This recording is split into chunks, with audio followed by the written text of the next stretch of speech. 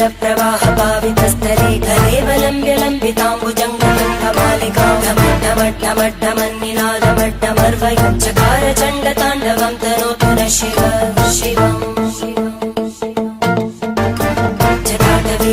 जलप्रवाह पावितस्थले कलेवलम्ब्य लम्बिताम्बुजङ्गमङ्गमालिकां